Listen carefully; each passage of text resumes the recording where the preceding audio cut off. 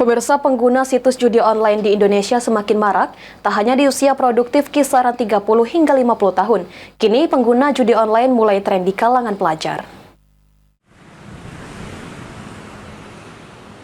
Sebagai upaya memberantas pengguna judi online yang saat ini semakin marak, Otoritas Jasa Keuangan atau OJK bersama Pusat Pelaporan dan Analisis Transaksi Keuangan atau PPATK telah memblokir 6.056 rekening yang terindikasi dalam transaksi judi online. Lantaran nilai transaksi judi online di Indonesia sudah menembus angka lebih dari 600 triliun. Arifin Susanto, Kepala Otoritas Jasa Keuangan Sumsel Babel mengatakan, meski Sumatera Selatan bukan merupakan area yang cukup besar pengguna judi online secara nasional, namun cukup mengkhawatirkan lantaran pengguna judi online meliputi berbagai lapisan masyarakat. Pada usia produktif kisaran 30 hingga 50 tahun, mulai dari masyarakat menengah ke bawah, aparatur sipil negara atau ASN, dan ibu rumah tangga. Selain usia produktif, saat ini pengguna judi online mulai marak di kalangan anak-anak sekolah dengan modus game online yang menggunakan uang dengan nominal kecil dan dikemas secara menarik untuk menarik minat anak-anak di kalangan pelajar. Kalau di Sumsel kan termasuk yang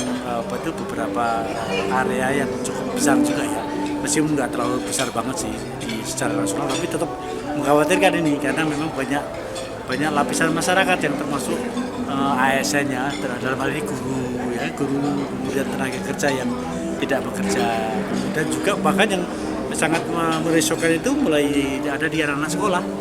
Anak sekolah yang mungkin dikasih game-game yang dikasih hadiah, yang ada uangnya sedikit, ya, kemudian yang menarik lagi kan packagingnya judi online itu menarik banget kan. Berdasarkan data pengguna judi online di Indonesia mencapai 4 juta orang. Dengan pemain judi online usia di bawah 10 tahun mencapai 2% dengan total 80.000 orang. Sementara usia antara 10 hingga 20 tahun sebanyak 11% atau sekitar 400